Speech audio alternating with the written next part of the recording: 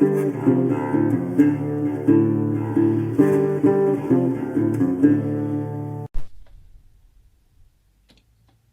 guys, welcome back. So, I didn't plan on doing this video this week. I was actually going to hold this up, but I figured I was going to kind of do this as a kind of a build type thing. What you see in front of you on screen is a mix of random parts, and this is actually one of my two main gun projects that I'm working on right now. What this is, or what this used to be, is a Polish PPS-43-52, a Polish submachine gun from a little after World War II. It's based off of the Russian PPS-43, which is also, I think, based off of the PPSH-41, I think. Don't quote me exactly on those numbers, but this kit's based off of the Russian gun.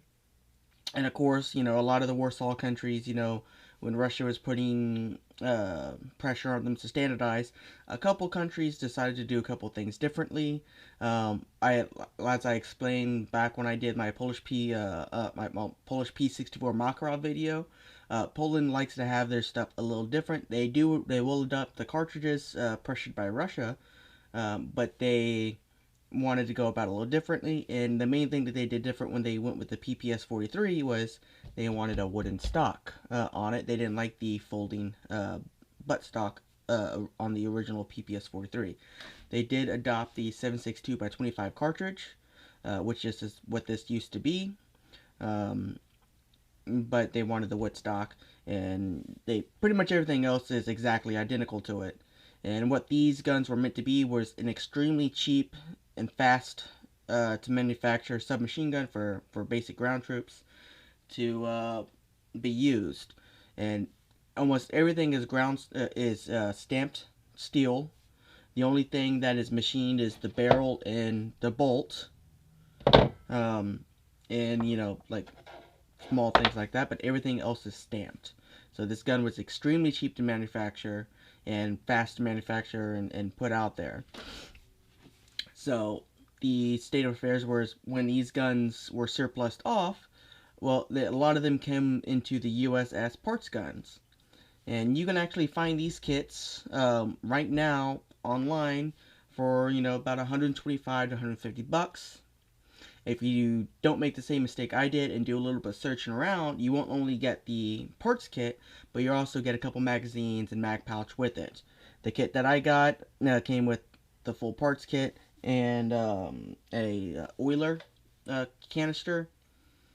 I wish I would have did a little bit more time and found the one that came with the mag pouch and magazines, but the magazines are dirt cheap. You can get them for like $10 a piece, and the magazines work for 9 and 7.62x25. Now, the cool thing about these Makarov or these PPS-43 43s is that they are so simple. Basically, what happens when they come in, they chop the receiver up into pieces. Usually, the lower is untouched, and which is good because it's all the complicated stuff, anyways. And it comes with just a basic open bolt system with a super simple trigger system, and this would pivot, and there used to be a sear surface here that this would engage on, and when you would pull the trigger, it would just simply pull this out of the way. So this used to be an extremely simple system, extremely easy to manufacture, but of course, when you bring them into the United States, if you're going to build them, you have to follow a couple rules. Obviously, you can't put this thing back together as a submachine gun and have an unregistered submachine gun. You'd be doing some hard time. So, basically what you do is you have to get these. Of course, you have to remove anything that is, for the full auto version, for instance, you have to machine off the sear surface on the bolt, which I did, which is an angle grinder, and remove the full auto, so you can't use that sear. And basically what you have to do is when you put these together, you have to not only convert them to semi-automatic, but you have to make them to where they can't readily be converted back into full automatic. So you have to do some modifications. If you look around right now, Indianapolis Ordnance sells these drop-in semi-auto trigger fire control groups.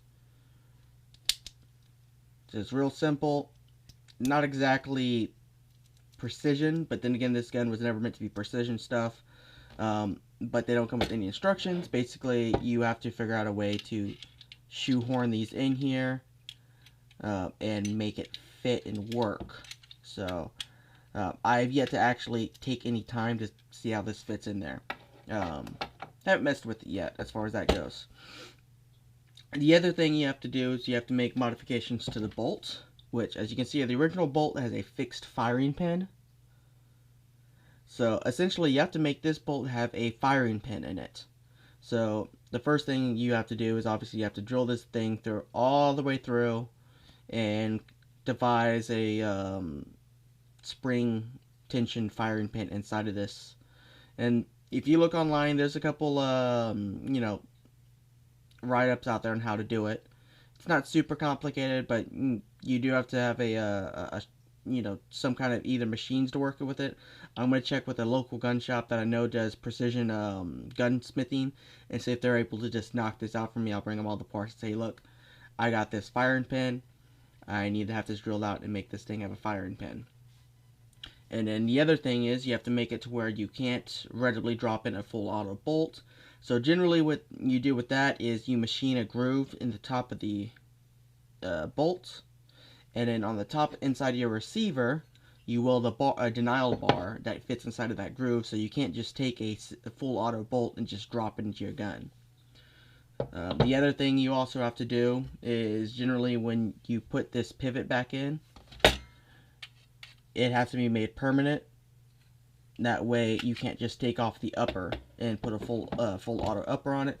But I believe that specific portion of it isn't as important as the modification to this in the trigger group, because even if you have the semi-auto trigger in it and you drop a full unmodified upper receiver with the unmodified bolt in it, this is still by no way going to be able to operate automatically. As this, well, it probably could, but I imagine the pot might be some hanging up and jamming. So it's usually just got a good idea just to make that a fixed upper on it. That way you don't have to worry about that.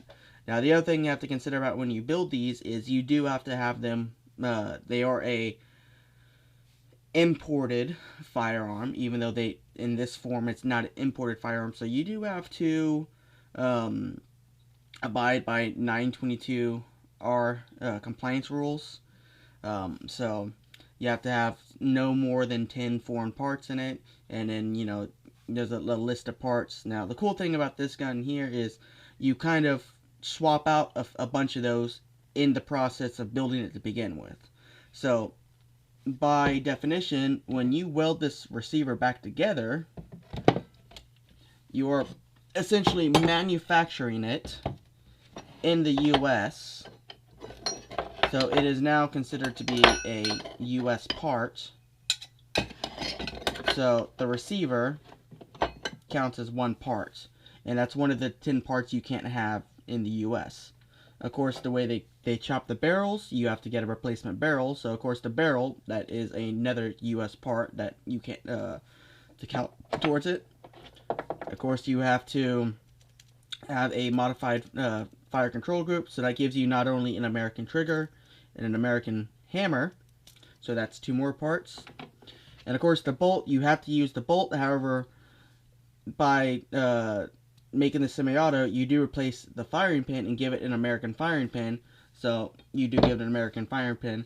So just by doing the conversion, you are right there at the number of parts that you need for the US in order for the gun to be compliant. Of course, the buttstock, if you're doing the wood buttstock like this, you can't replace that with a US made part. I am possibly planning on taking off these pistol grips and making replicas of them.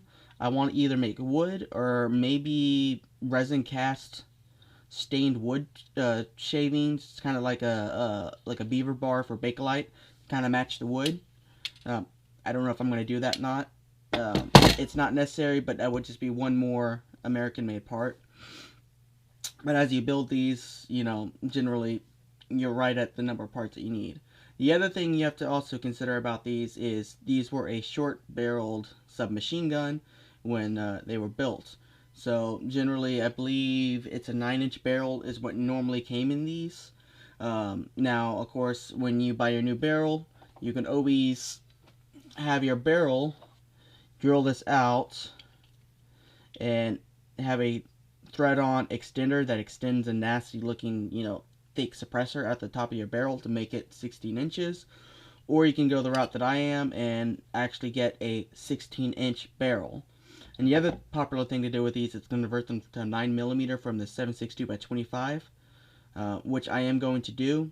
The barrels are available, however, you may have to just machine a barrel down to fit. And of course, as you can see, it's very easy as far as how you got to make this barrel anyways. So there is a couple companies out there that do make barrels. 9mm barrels are not available at the moment.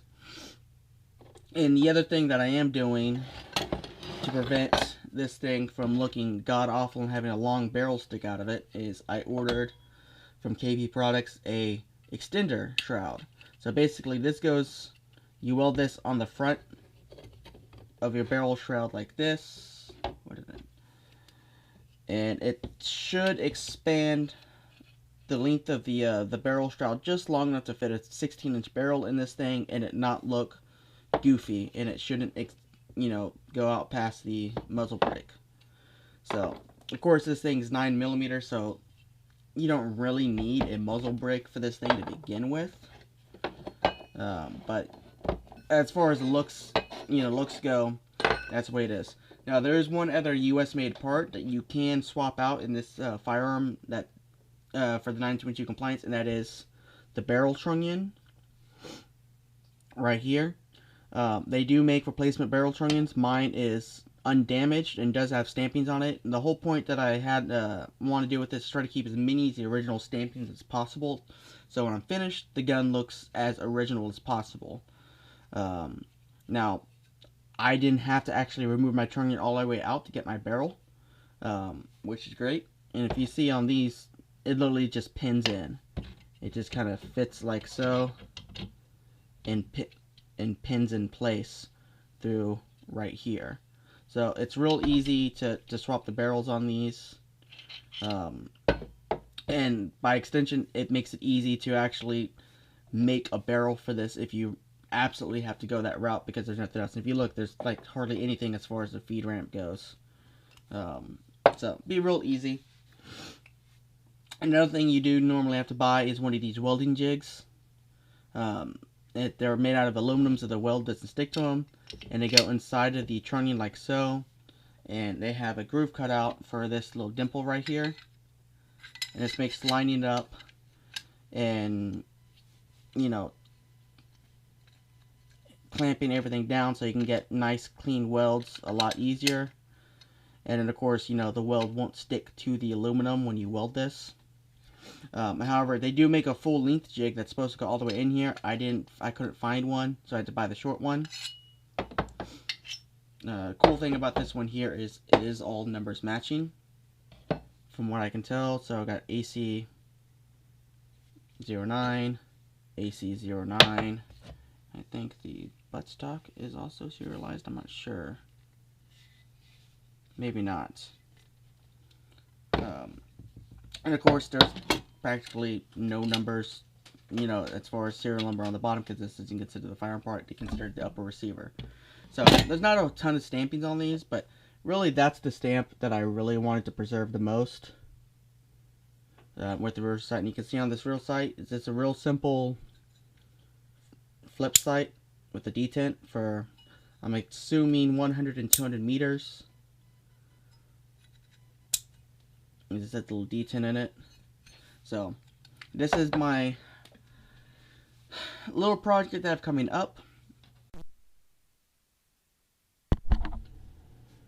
Sorry about that interruption. I had a friend give me a call. I'm going to try to remember where I was, which I don't.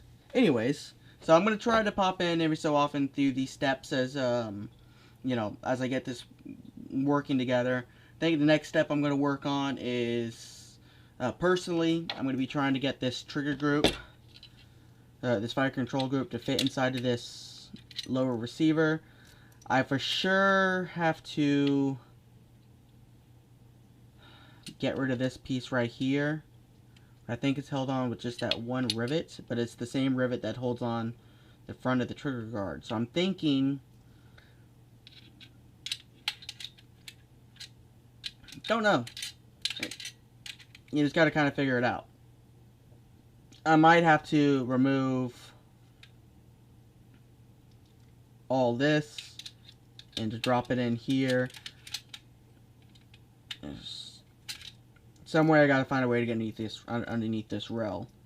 I think that's the next thing, and then I got a buddy who TIG welds. I'm gonna have weld up the upper receiver. Something that's cool about the way this works is, if I can get this to pop in place.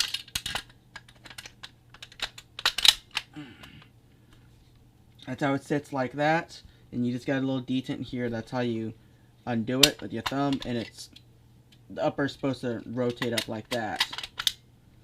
But if I can, what I'm going to try to do is try to put this thing together as it sits. There we can kind of see what it's supposed to look like, more or less.